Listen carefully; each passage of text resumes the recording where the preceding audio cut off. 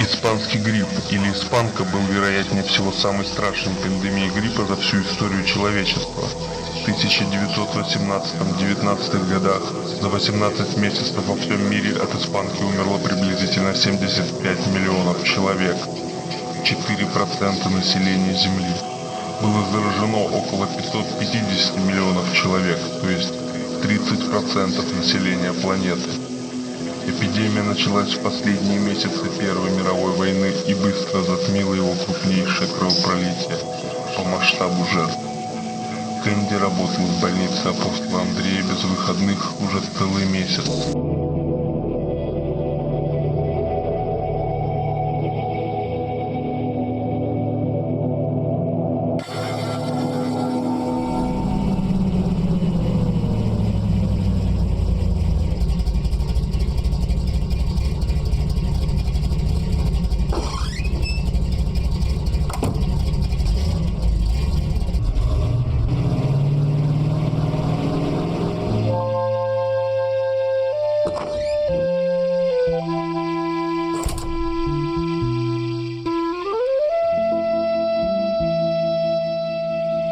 Кэнди, слава богу! Я уж думал, что ты никогда не придешь. Доброй ночи, мистер Альберт. Я сама удивляюсь, как мне удается работать по 16 часов в день.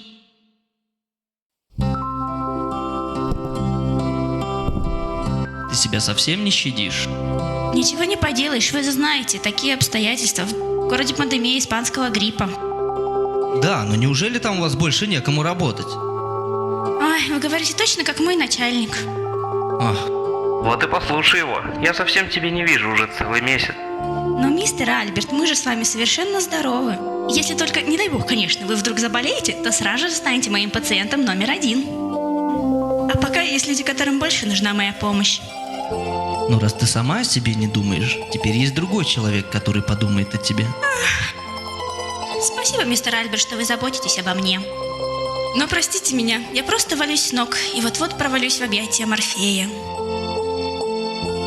Спокойной ночи, мистер Альберт. Ты даже не перекусила, моя заботливая Кэнди. Как же повезло тем, за кем ты ухаживаешь в госпитале. Наверняка они поправляются вдвое быстрее, только благодаря одному твоему присутствию.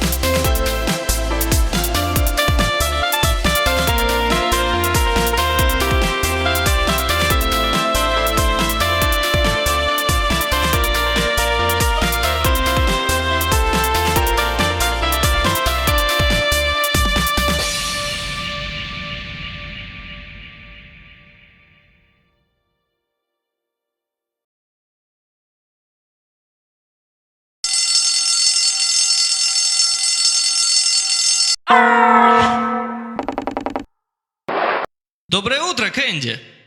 Я опаздываю! До вечера, мистер Альберт. Ну, как обычно, в своем стиле. Мистер Альберт, кто бы мог подумать, что вы окажетесь тем самым покровителем, который всегда незримо был рядом со мной, дядюшкой Вильямом, и моим настоящим принцем с холма Пони. Мне очень повезло, что я встретила в жизни такого человека. Я очень благодарна вам, мистер Альберт, за то, что вы всегда были моим ангелом-хранителем с детства и до нынешних дней. И сейчас вы тоже рядом со мной и заботитесь обо мне. Ну, раз ты сама о себе не думаешь, теперь есть другой человек, который подумает о тебе. А я? Смогу ли я стать той, кого вы хотите видеть во мне? Смогу ли я впустить вас в свое сердце, ведь оно уже так давно не свободно?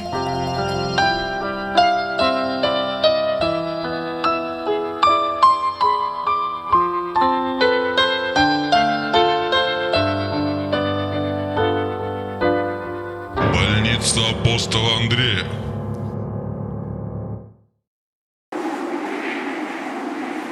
Но все-таки, мне кажется, необходимо сделать ему трепанацию черепа, поскольку он... Кэндис, это снова вы? Я же вчера дал вам выходной. Ну, понимаете, у мистера Альберта свои дела, а в доме всем заведует прислуга. Мне просто было нечего делать. Да? Кэнди, как ты думаешь, не опасно ли работать в столь стрессовом состоянии так долго? Да еще и в такое время, когда микробами буквально пропитано все вокруг. Ты рискуешь оказаться здесь. Не волнуйтесь, доктор Бобсон, я очень сильная. Я ведь веду здоровый образ жизни. Ладно. Вот, совершайте обход. Окей. Кэндис, А? 8 часов. В 16:00 тебя здесь уже нет. Хорошо.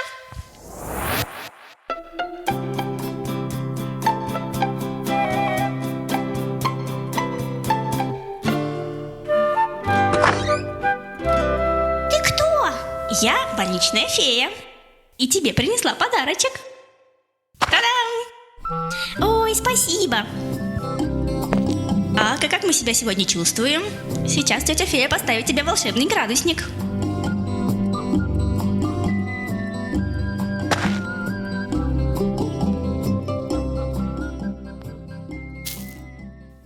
Ох, это Лина опять ничего не сделала. Палату не проветрила, полы хлоркой не протерла.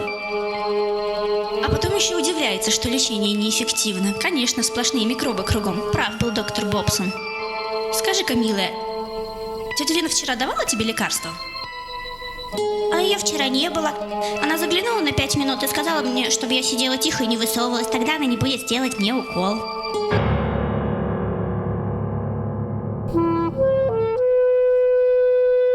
Доктор Бобсон, как же такое может происходить на нашем отделении, еще и в такое время? Да, что сказать, Кэнди, я и сам в шоке. Лина получит от меня строгий выговор и лишится И премии. это все? Ребенок может умереть при таком обращении. Чем только думает эта Лина? Ну, Кэнди, я не могу сейчас ее уволить. Она, конечно, нерадивая, в другое время, возможно, я бы так и сделал. Но ты понимаешь нашу ситуацию? Рук ведь совсем не хватает. Лина, по-моему, рук нам не прибавляет.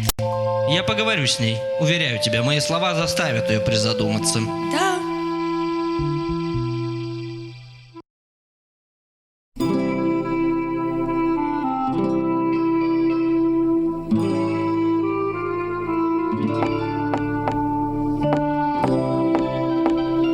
Кэндис, что я вам говорил? 16:05, марш домой. Но... Никаких «но». Кажется, мы это уже обсудили. Да, сэр.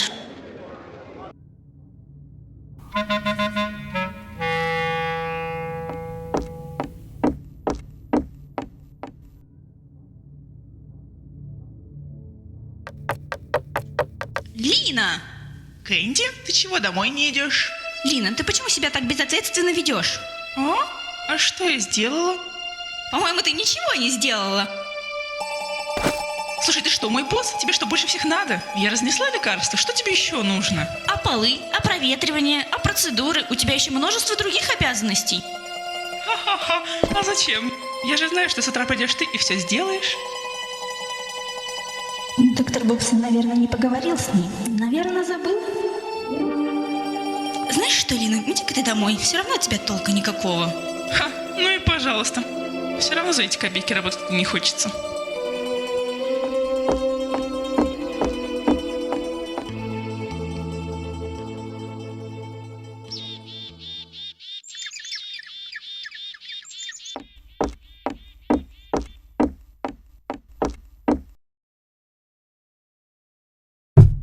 Кэнди, ты уже проснулась? Спускайся, завтрак ждет.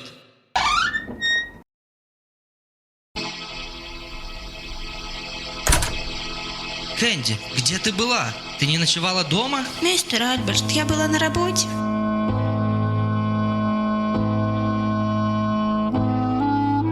Я пойду отдохну немного. Кэнди, да у тебя жар. Скорее.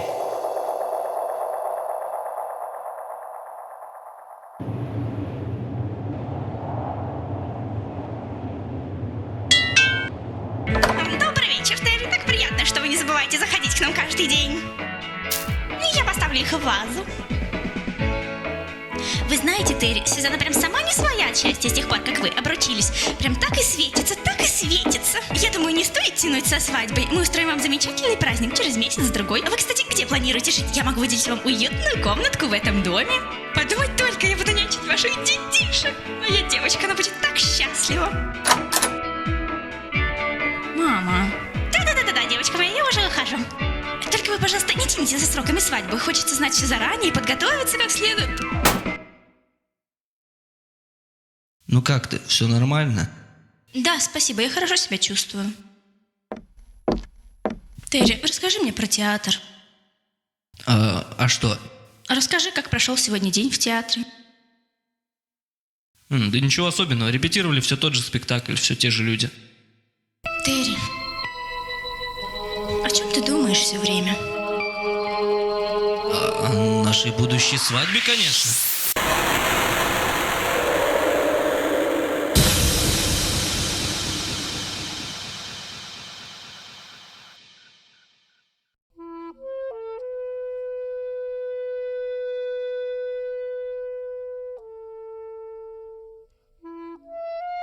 Терри. Да, дело серьезное. Я думаю, лучше будет ее госпитализировать.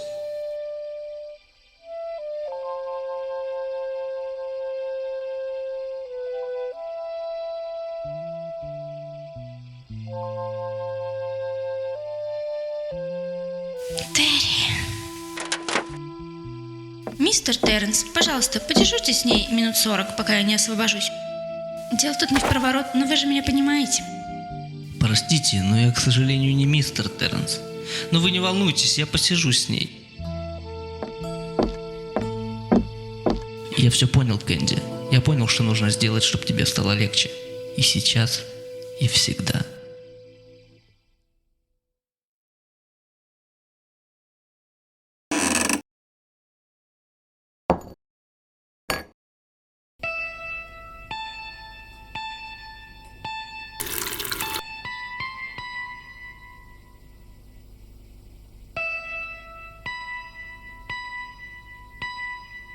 Терри, дорогой, ты подумал о предложении мистера Стивенсона насчет съемок в синематографе? Он обещал неплохой гонорар. Нам бы не помешал просторный загородный дом. Нужно же думать о будущем. Да, конечно. Дорогой, что с тобой? Ты сегодня с утра сам не свой. Давай поговорим. В воздухе витает призрак грозы, но она никак не может разразиться. Мистер Гранчестер, звонили из Чикаго. Некая мисс Уайт желает вас видеть. Меня это не интересует. Она при смерти, сэр.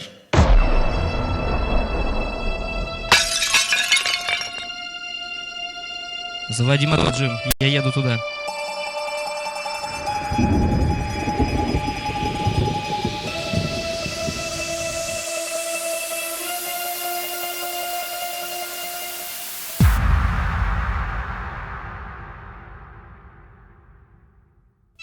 Больничная фея тоже может болеть? Эй, ты куда убежала?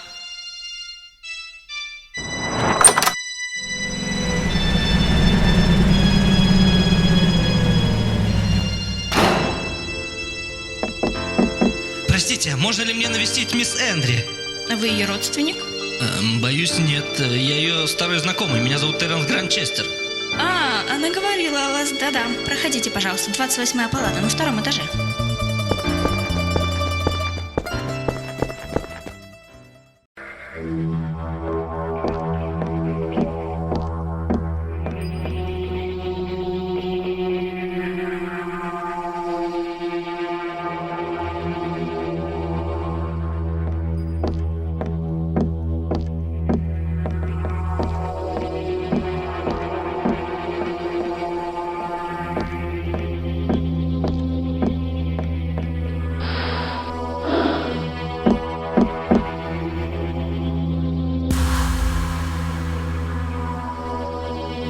знал, что ты не мог не приехать. Кэнди, что с ней? Если ты будешь рядом, с ней все будет в порядке. Терренс, ты нужен ей в болезни и в здравии. Любовь к тебе скрывает ее усталое сердечко. Твое имя срывается с ее губ. Только с тобой Кэнди сможет быть по-настоящему счастлива. Да и ты, я знаю, будешь счастлив только с ней. Но на сей раз ты сделаешь правильный выбор, Терренс Гранчестер. Я доверяю тебе. Береги Кэнди.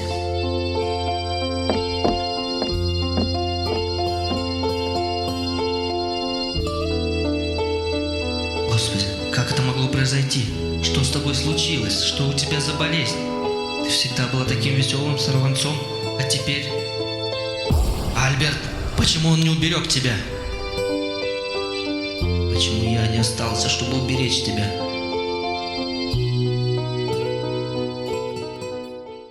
Терри, это и правда ты? Как ты тут оказался? Кэнди, что с тобой случилось? Это испанский грипп. Я, наверное, заразилась от одного из пациентов. Боже мой, Кэнди, нет! Терри, эта болезнь, конечно, тяжелая, но ее можно вылечить. Прошу тебя, не переживай так за меня. Тебе нужно беречь себя для своей семьи. Прошу тебя, не говори сейчас об этом. Неужели ты сейчас можешь об этом думать? Конечно.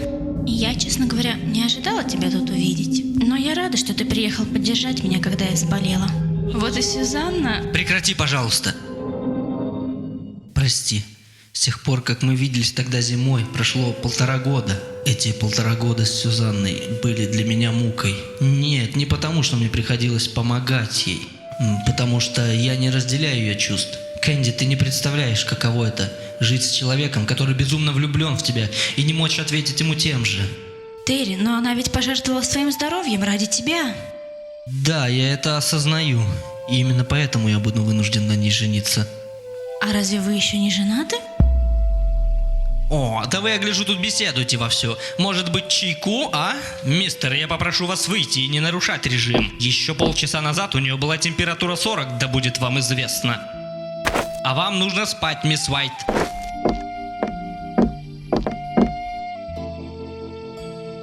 На сей раз ты сделаешь правильный выбор, Терренс Гранчестер.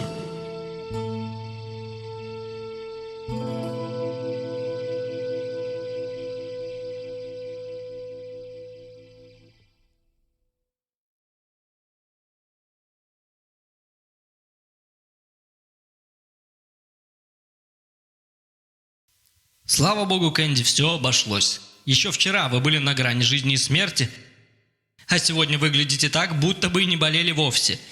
Не иначе, как сам Господь Бог исцелил вас своим прикосновением. Ну что ж, я выписываю вас домой, но не забывайте продолжать лечение дома. И, кстати, да, в течение месяца никакой работы. Я запрещаю вам тут появляться. Посидите этот месяц дома или, я не знаю, съездите куда-нибудь. Это мой приказ, мисс Эндри. Хорошо, сэр. Ну хорошо, что ж, всего доброго, можете идти. А, кстати, Кэнди. Та девочка из 15-й палаты, похоже, пошла на поправку. Когда вы вернетесь из отпуска, она наверняка будет уже бегать и хохотать. О, это отличная новость, доктор. И до свидания. Дорис. Привет, Кэнди. Как ты себя чувствуешь?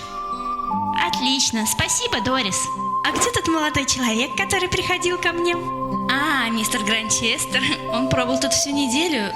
Они с мистером Эндри не отходили от тебя, сменяли друг друга. Но 1,5 дня назад он уехал, никому не сказав ни слова. Ах, вот как.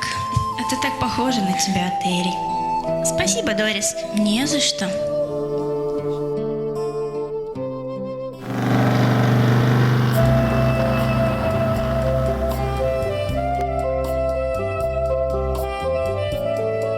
И все-таки ты приехал ко мне. Должно быть, мистер Альберт сообщил тебе. Ты все бросил и приехал за сотни километров, только чтобы поддержать меня. Ах, Терри, если бы только это могло что-нибудь изменить. Но теперь ты снова покинул меня, и мы вряд ли увидимся вновь.